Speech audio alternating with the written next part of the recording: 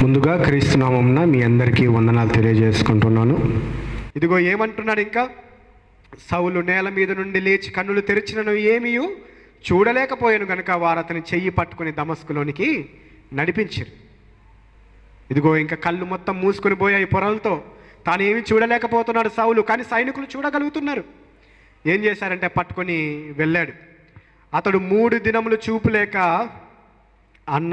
అన్నపానములేమీ పుచ్చుకొనకుండెను. ఏమైందంట? చూపు లేదు, అన్నపానములు పుచ్చుకొనకుండా ప్రార్థన చేసుకుంటూ ఉన్నాడండి దేవునికి. సౌలు యొక్క భక్తిపరమైన జీవితానికి ఇది చూపిస్తూ ఉంది సాదృశ్యం. చూపిస్తూ ఉంది ఏ విధంగా భక్తిపరంగా జీవిస్తూ ఉన్నాడు. ఇదిగో ప్రార్థనలో ఉన్నాడట, ఏమీ తినకుండా ఉన్నాడంట. ఏమని చెప్పాడు యేసుక్రీస్తు అక్కడ? ఇదిగో లేచి దమస్కు పట్టణంలోనికి వెళ్ళుము, అక్కడ నీవు ఏం చేయవలనో అది నీకు తెలుపబడుతుంది అని. ఏమవుతుందో అని ప్రార్థన చేసుకుంటున్నాడు, దేవునికి ప్రార్థన చేస్తున్నాడు. దేవా, ఇదిగో నేను క్రీస్తును వెంబడిస్తున్న వారిని, క్రైస్తవులను చంపడానికి, హింసించడానికి నేను పూనుకొని పత్రికలు తీసుకొని వచ్చాను నాయన.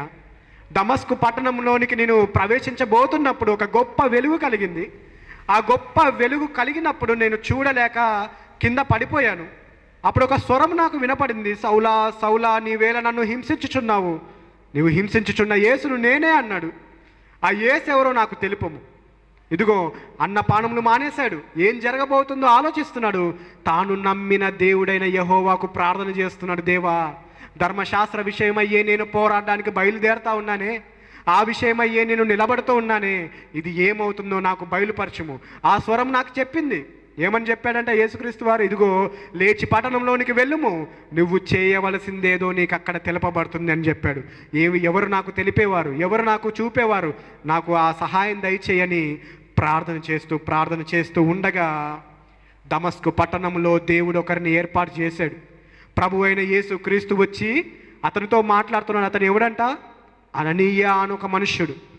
మనం ఇంతకు ముందు చూసాము అననీయ సప్పిరాలు. ఆ అననీయ ఈ అననీయ ఒకడేనా? కాదు. ఆ అననీయ అప్పుడే చచ్చిపోయాడు. అయితే ఇంకొక అననీయ ఇక్కడ దమస్కు పట్టణంలో ఉన్నాడు.